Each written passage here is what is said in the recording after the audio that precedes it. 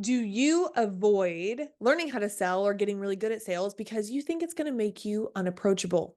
That people are going to see you walk down the street and they're going to dodge from you because they think, oh my gosh, they're going to pitch me an offer. They're going to just talk about their offer. They're going to just talk about themselves. They're going to hog the conversation. Whatever we do, let's stay away from her, the salesperson. If that is you, I am really, really, really, really excited you're here because I'm going to show you how learning how to sell and being what we call a sales girl is going to not only make you super approachable, but more like irresistible. What does it mean to be irresistible? It means too powerful to resist. People are going to be drawn to you, magnetized towards you, and want nothing more than to just be in your presence simply because of your proper sales skills. Here, when I said proper, okay? The reason I say that is, most people, they think about their sales experience and experiences and have nothing but negative, like, evidence to prove that salespeople are not good. And honestly, it makes sense. Like, I'm a sales girl. I love being sold to. Even in not the best sales experience, I still enjoy it because I just love the art of selling and persuasion. But I haven't had a ton of sales experiences that I love. To be honest, I really haven't. It's hard to come by. And so it makes sense why people are like, ugh, I had to buy this thing and it was terrible because I had to interact with this salesperson. And so you have all this evidence stacked up against you of why you don't want to be like that person. I totally get it. What's likely also happening is you were also having great sales experiences, but you don't see them as sales experiences. You see them as just good experiences. Or maybe you have a great interaction with somebody, a great salesperson, but you don't associate them as a salesperson. You just associate them as a good person. Well, if you don't mind, I would love to tell you a few different ways and a few different experiences that prove to be a great experience and also a great sales experience. Like a dentist who sells you on the value and the payoff of flossing. Please notice how I didn't say sell you on flossing or tell you the value of flossing, but sell you on the value of flossing every single day. They help you see that flossing is what makes your heart healthy. All heart problems start with gum problems. And so when your father now flosses every day, his heart is strong and healthy and he can roll around on the floor with his grandkids. A great salesperson is a football coach who sells his player on really focusing on his studies as a freshman so that he can play so consistently in games and then have the chance of being recruited his senior year. A great salesperson is someone who owns a wedding dress boutique, and a timid bride comes in with a really aggressive mother-in-law, and the salesperson is able to persuade the girl to pick the dress that she loves and not the one that the mother-in-law wants her to wear, but the one that she loves. And now she can actually look forward to her wedding day because she was sold on herself and her taste and that it was beautiful. Like, these are all sales experiences. And I just wanted to offer that for you so that you could start to stack up evidence on both sides. Like, I love to tell people to give just the way they think equal airtime. Like, you have this one airtime of the bad car salesman experience, but just think about the times that someone helped you see a new perspective, that someone helped you take action, that someone helps you create a new desire in your life that made you have the ultimate dream life that you wanted. Like, that is also a sales experience. Now, the way that I see selling and why it's so important, like, I think about marketing as the invitation to the party, but the selling is getting people to actually show up to the party. I want you to just imagine putting so much effort, so much energy, so much time, so much money into planning a party. If you've planned a party, if you've hosted anything, you know what I'm talking about. I mean, it is no joke. It is so much work. And even to invite people, like, you got to think about the list you want to invite. You got to create the invitations. You got to get their address. You got to mail it to maybe take it to the post office. You got to get all the stamps. And then nobody comes. I mean, it's devastating. It's so sad. That's what happens when you're great at marketing, but maybe not so great at sales. And even like maybe even someone does come to the party. Okay, let's say the marketing alone, the invitation alone was so beautiful that people are like, "Huh, I'm going to go to this party," and they go. But then the lack of selling makes people either leave early, they talk bad about you, they say, "Psh, I'm never going to that party again. Whatever you do, don't go to that party." Hello, not being approachable. That's what makes you unapproachable when you have a party and a beautiful like invitation, but then you don't have the ability to keep them there. You don't have the ability to sell people on what is the payoff of them to come back to the party. Sales skills help you create an experience that make people want to come back, that make you irresistible. Now, this is why have like a physical twitch in my eye when I talk about the sell your offer challenge. This is our challenge that help you women sell their offer. Now, unlike the name, you're actually not really learning how to sell your offer at all. You're learning how to sell to people. Great, or I should say bad salespeople, they sell their offer. Sales girls know that they are selling to people. And when you're in this frame of mind of selling to people, selling to people, selling to people, you are thinking about the person in front of you. And when you're thinking about the person, what do? Likely you're going to ask a ton of questions. So what you learn when you become a sales girl is, how do I get the right information out of people? How do I know what they desire out of their life?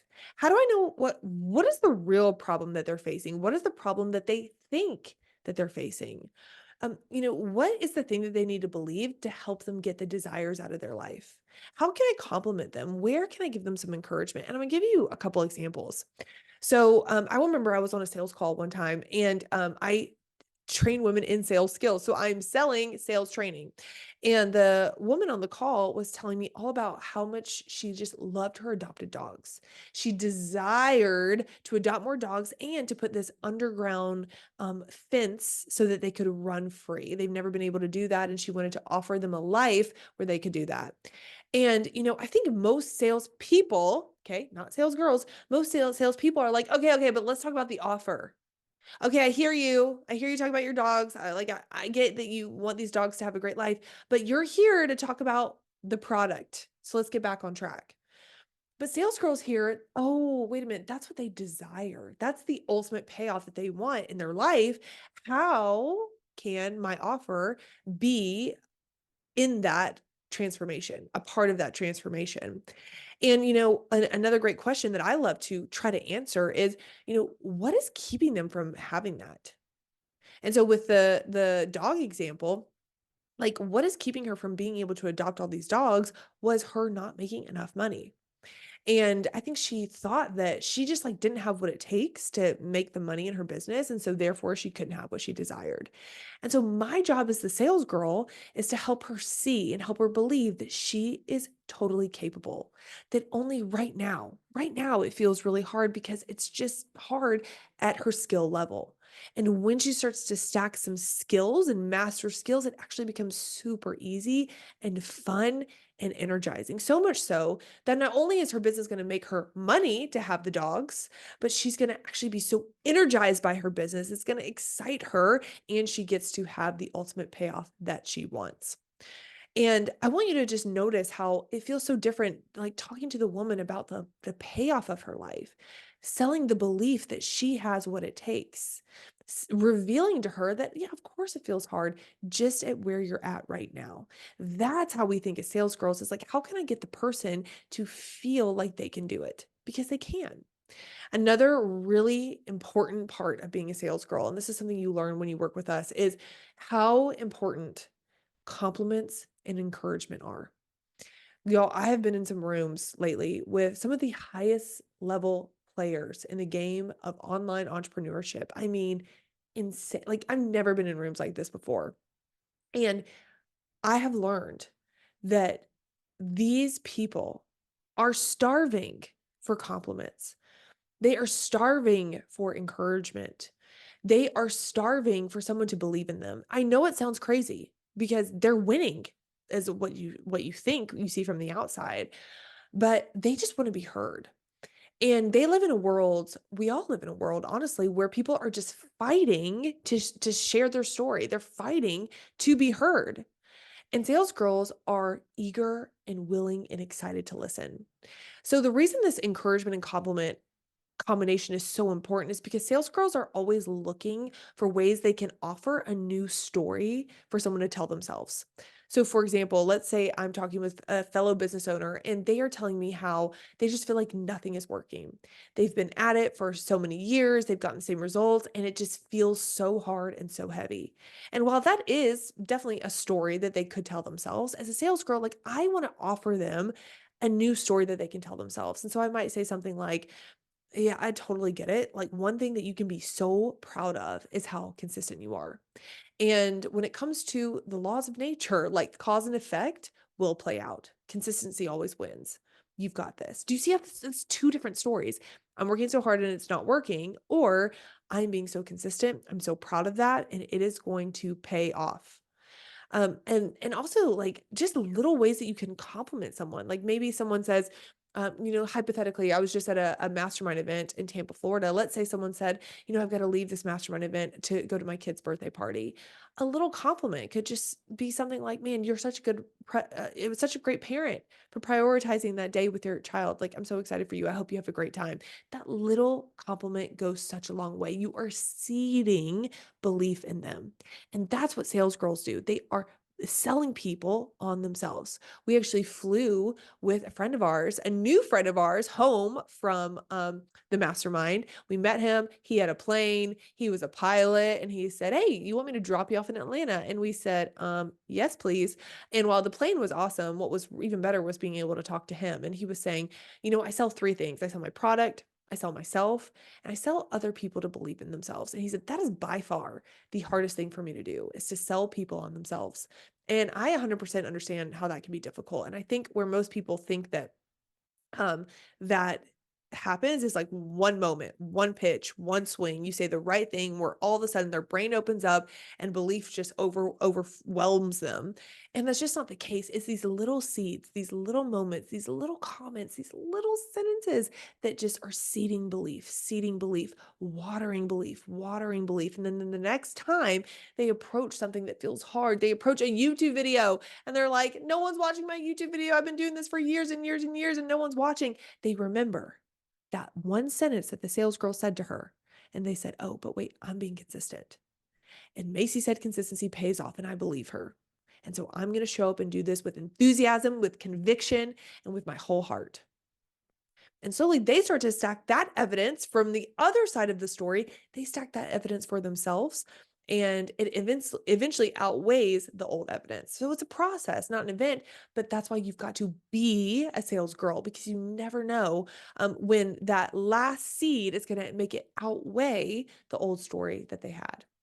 Now, when you become a sales girl and you really start to embody this way of living and talking and thinking, you will be the girl that people see and they say, oh, I want to talk to her. Every time I talk to her, I feel better about myself. Ooh, there's Macy. I want to talk to her. Every time I'm with her, she just listens. Ooh, oh, there's Macy. Let's go talk to her. Every time I'm with her, I leave feeling better about myself. I leave with something more valuable. That is who you become. That is what happens when you become a sales girl. You don't just become approachable, you become irresistible, you become magnetic. Now, if any of this resonated with you, like I cannot help but talk about the Sell Your Offer Challenge, because this is what you not only learn how to do, it's how to communicate your message in a way that seeds and waters those beliefs in people, but you also get practice in doing it. And you get in a rhythm. It's a 5-day challenge. And every single day you get in this rhythm of doing that, of selling your offer in the right way. And it is amazing the momentum that will pick up when you get in flow. So make sure you join. All the links will be below. And I can't wait to see you there. It's going to be awesome. I hope you enjoyed this video. We'll see you in the next one.